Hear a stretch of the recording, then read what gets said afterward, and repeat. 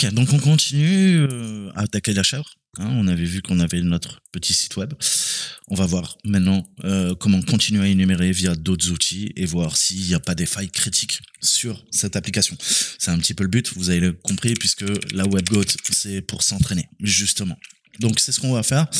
On va donc revoir vite fait ce qu'on avait sur la machine et on va voir comment on peut énumérer via un autre script qui est HTTP enum via le moteur de script Nmap. D'accord, donc là on va le laisser un petit peu tourner, je sais pas combien de temps ça va prendre, quasiment fini. Voilà, donc on se retrouve exactement sur la même machine, d'accord, juste l'adresse IP a changé et je peux relancer cette commande. Qu'est-ce que je pourrais lui dire? Je pourrais lui dire ok, je sais que il y a une composante 2IS sur le port 80. Parfait. Je lui précise le port 80. Et qu'est-ce que je peux lui dire? Ben, je peux lui dire, vas-y, maintenant lance tes scripts et HTTP enum. Donc, il va se focaliser sur le 80 et tenter de faire de la reco et voir si éventuellement il n'y a pas des documents, des arborescences qui pourraient être intéressantes pour nous.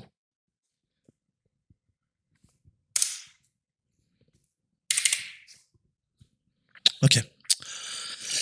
On voit qui me dit, bon écoute Coco, tu m'as demandé de scanner le 80. Écoute, le script HTTP enum, voilà ce qu'il a trouvé. Il a trouvé content, download, et on a du WebDAV. Ok, WebDAV, sensible. On va aller voir, la preuve en est, qu'est-ce que je peux? Je peux aller directement sur le serveur. Ok, on va laisser charger. Là il me dit, écoute, tiens, tu devrais regarder dans quoi? Dans download, d'accord?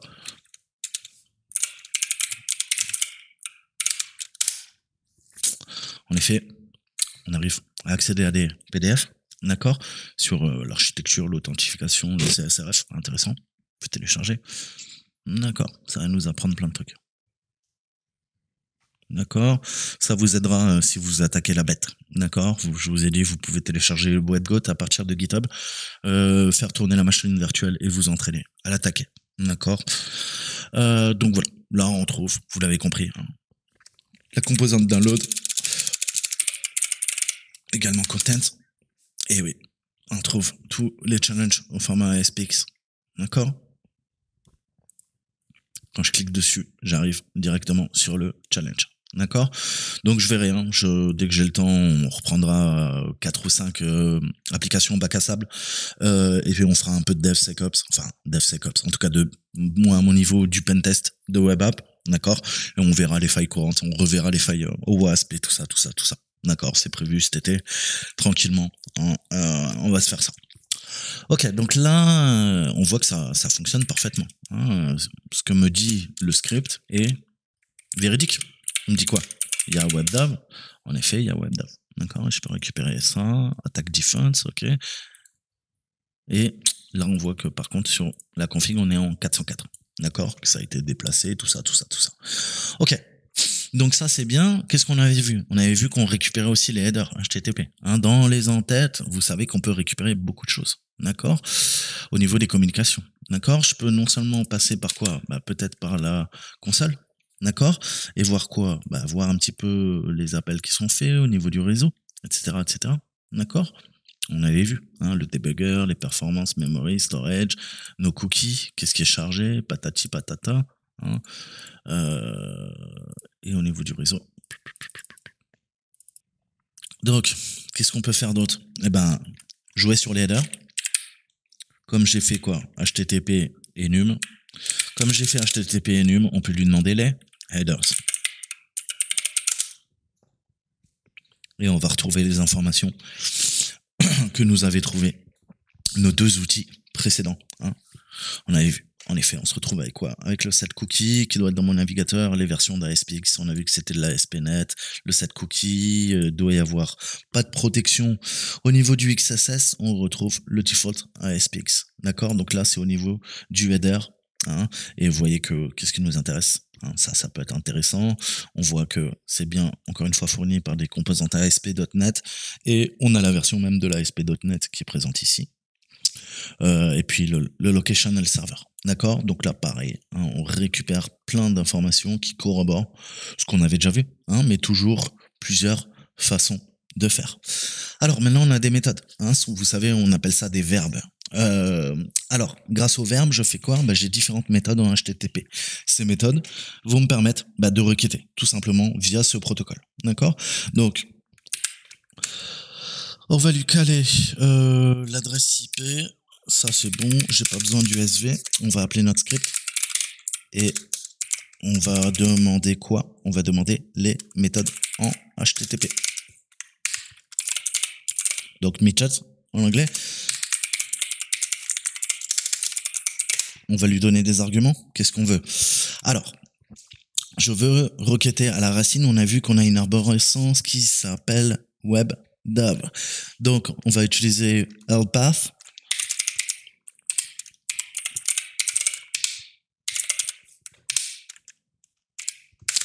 C'est tiré du haut, je crois. J'ai pas envie de vous dire de bêtises.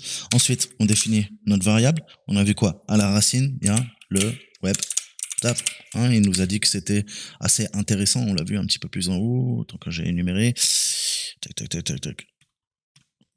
Hein, on a vu que le WebDAV était bien présent. Et je lui donne l'adresse IP. D'accord? Et là, qu'est-ce qu'on voit? On voit tous les verbes qui sont supportés, toutes nos méthodes. Hein. Et il nous dit, attention, hein, il y a même des méthodes qui peuvent être dangereuses. Le trace, le copy, le lock, le unlock, tout ça. Hein. Vous connaissez, je pense, essentiellement les plus connus, hein, mais vous voyez qu'on en a plein d'autres. D'accord? Je vous redirige vers mes cours, applications web, internet, réseau. Je vous expliquais les verbes en HTTP. Donc, les méthodes. Donc là, je vois toutes les méthodes qui pointent vers le point de terminaison WebDAV et je vois qu'il y en a certaines qui sont un petit peu délicates. Hein. On a quoi? On a PropFind, on a Option, hein, qui permettrait peut-être de faire en su de la reconnaissance. Alors, on garde nos arguments puisqu'on est toujours en HTTP method Earl, script args, ça n'a pas de problème. Par contre, on va changer notre script. On a également un script WebDAV. J'ai WebDAV scan pour scanner le WebDAV. On ne peut plus simple. Et il nous dit WebDAV type unknown. Hein, il nous dit grosso modo c'est inconnu. D'accord? Mais on voit qu'il y a une composante. On retrouve ce qu'on peut utiliser et les méthodes qui sont autorisées. D'accord?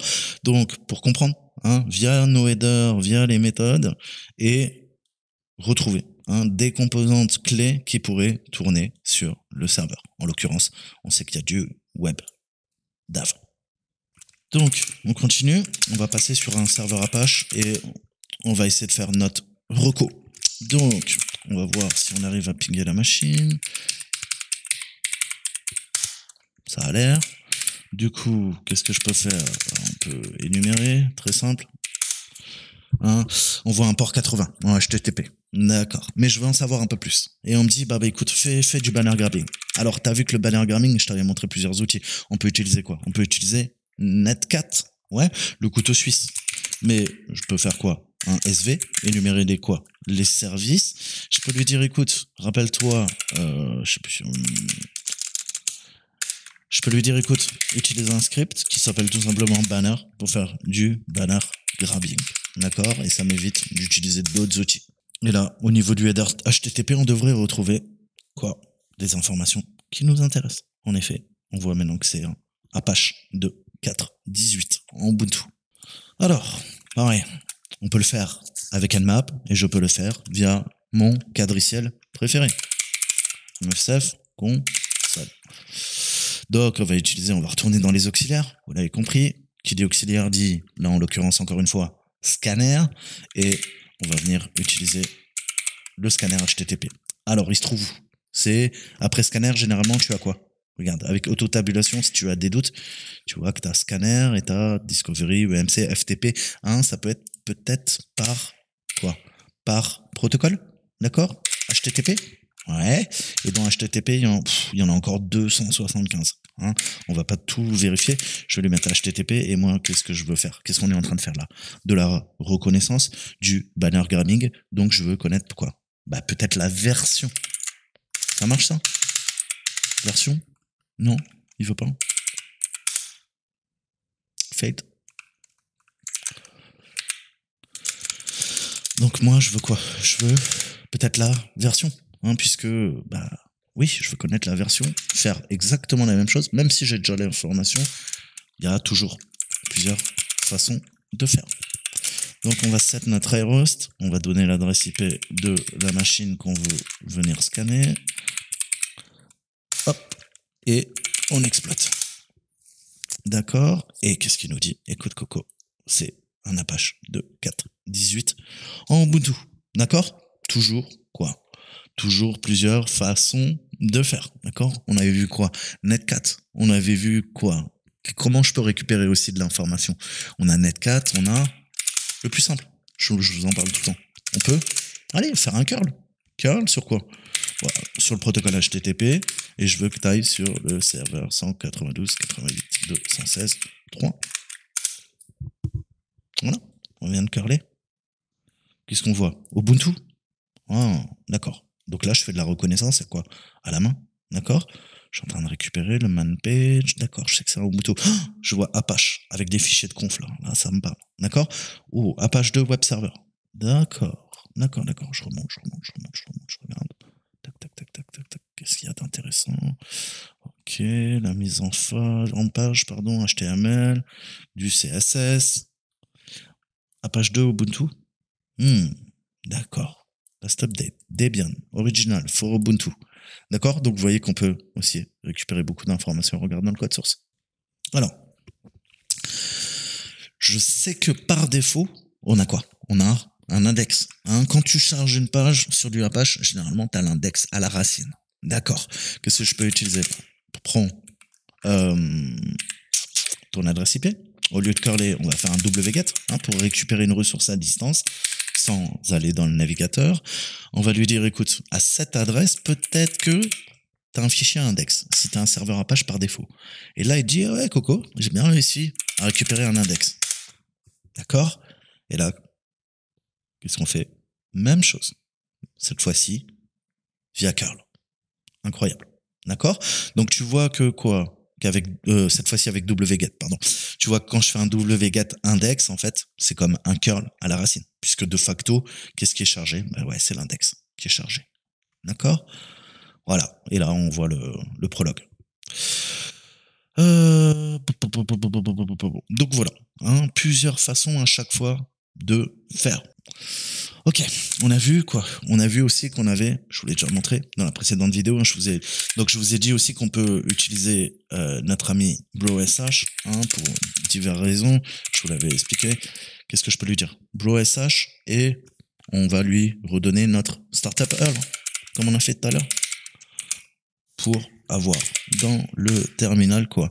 Eh ben un semblant, d'accord? Mais c'est pas l'index qui m'intéresse. L'index, il va le charger, de toute façon on s'en fout. Moi je veux taper sur le point de terminaison. J'ai quoi? J'ai besoin de mettre HTTP? Non, en fait, j'ai même pas besoin. Regarde. Si je mets quoi? Une adresse IP?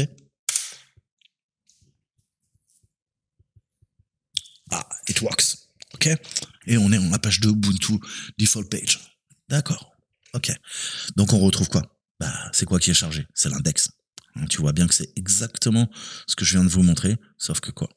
Sauf que c'est mis en page. Et on retrouve, je t'ai dit, les fichiers de conf qui sont là. Apache 2, Ubuntu Apache 2. D'accord? L'index HTML. Intéressant. D'accord?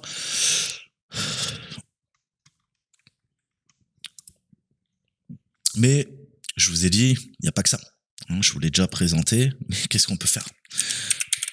Lynx aussi. D'accord? Pensez qu'il y a toujours plusieurs façons de faire. Je vais reprendre ça juste vite fait. Lynx, je lui dis quoi? Là, il faut que je lui donne quand même le protocole HTTP et voilà. Il vient de charger. D'accord? Quelle est la différence entre Lynx et quoi? Et Broch? C'est que Lynx, parfois, il va avoir des soucis. Pourquoi? Parce que peut-être JavaScript, peut-être HTML5. D'accord? Je sais pas s'il est fully compliant. Mais tu vois que quoi? C'est exactement ce qu'on avait dans le navigateur tout à l'heure. C'est la même page. D'accord? Sauf que Lynx te permet de naviguer directement dans ton navigateur, enfin dans ton terminal, ton TTY, ton pseudo-terminal, sans quoi? Sans ouvrir ton navigateur web. D'accord? Ça demande moins de ressources et parfois tu n'auras pas accès à quoi? Un navigateur. Donc tu vas utiliser Lynx pour pouvoir quand même surfer sur Internet. D'accord? On va essayer de brute force. D'accord? Q, je quitte. Je lui dis oui. On va passer maintenant en mode attaque. Alors, auxiliaire. Et là, tu vas dire, ouais, mais attends, je comprends pas. Auxiliaire, on est dans les scanners. Et t'as des scanners qui peuvent attaquer? Ouais, il y en a plein. Ok. Donc, moi, je veux quoi? On a vu qu'on utilisait HTTP version. Qu'est-ce que je peux utiliser? HTTP brut? Brut dirs? Intéressant. D'accord? Info? D'accord? Il nous dit, écoute, ce module identifie l'existence d'arborescence intéressante en faisant une attaque de brute force au niveau du chemin que vous allez lui donner. On va lui donner le rhost, on va modifier nos variables. 3, autant pour moi. 200, ok. Donc 404 not found, vous le savez, tous les codes d'erreur 404. 404 côté client, 500 côté serveur. D'accord? Là en 200, t'es en OK. Donc là, il nous trouve une arborescence qui s'appelle dir. Intéressant. Et en effet, on a bien une open dir. Qu'est-ce qu'une open dir? C'est tout simplement un répertoire accessible de l'extérieur sans aucun mot de passe. D'accord? C'est open bar. Et il nous trouve source, SRC. Intéressant. Pareil, on peut peut-être aller voir ce qui se passe.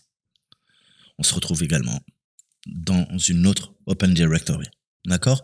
Donc là, vous voyez que il nous trouve bien quoi? Il nous trouve éventuellement dir et SRC et on a énuméré certaines arborescences qui sont accessibles. Alors cependant, qu'est-ce que tu vois? Tu vois qu'elles sont vides. Et il te dit, tu peux cliquer pour quoi? Je suis dans SRC, je vais revenir quoi? À la racine du serveur. Je reviens à la racine du serveur. Alors, tout à l'heure, je vous ai montré qu'on pouvait également énumérer via derb. Derb, on lui avait dit quoi? On lui avait dit, ouais, derb, est-ce que tu veux bien quoi? HTTP, une machine.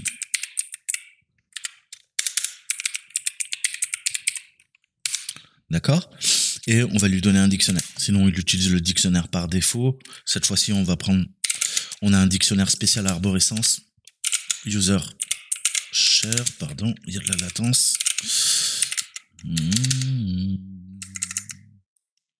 Pourquoi il est pas content? D'accord, on va lui donner un dictionnaire.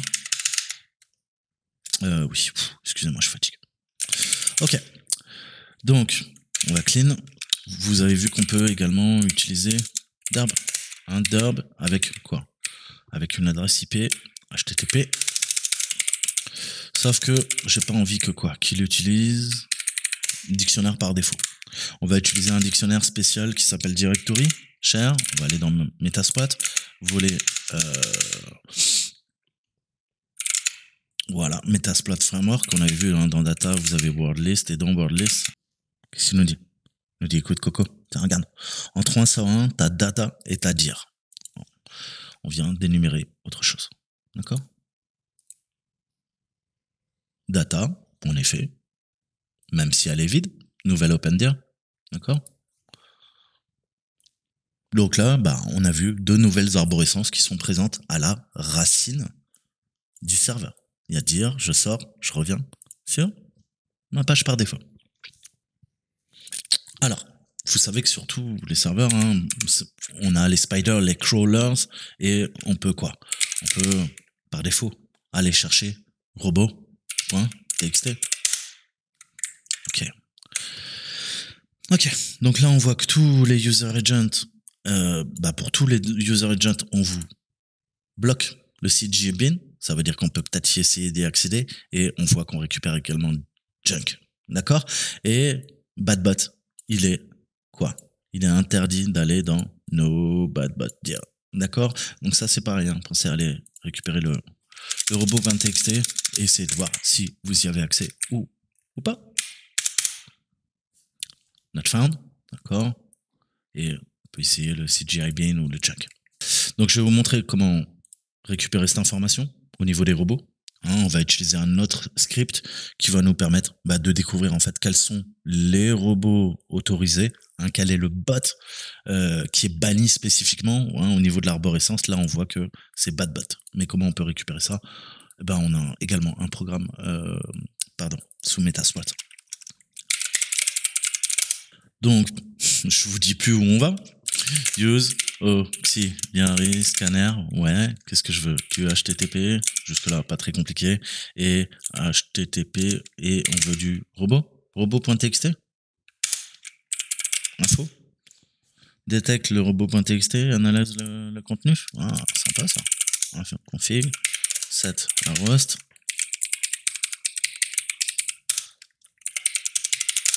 D'accord? Et on voit le user agent bad. Voilà. Ça conclut donc encore une fois une vidéo réservée aux débutants. Hein. Il y a pas toutes les techniques d'énumération sur du HTTP. Je vous donne quelques petits scripts qui pourront vous aider, hein, pour faire vos CTF si vous débutez, hein, puisque malheureusement vous pouvez pas inventer l'eau chaude. Hein. Si on vous a jamais montré comment faire, bah vas-y fais un CTF. Bah ouais, mais en fait je sais pas comment le faire le CTF. Ouais mais vas-y débrouille-toi. D'accord? Donc moi j'essaie de vous donner les armes. Enfin en tout cas des petites techniques quand vous allez commencer vos CTF sur Hack the Box. Hein, je vous conseille de commencer par le facile. Commencez par Try Hack Me, hein, des machines faciles, et puis après quand vous serez bon, vous passerez sur du Hack the Box. D'accord? Donc voilà, des petits scripts. C'est fini pour le protocole HTTP. Et prochaine étape, on parlera de MySQL. Moi, je vous dis à très bientôt. Ciao, ciao.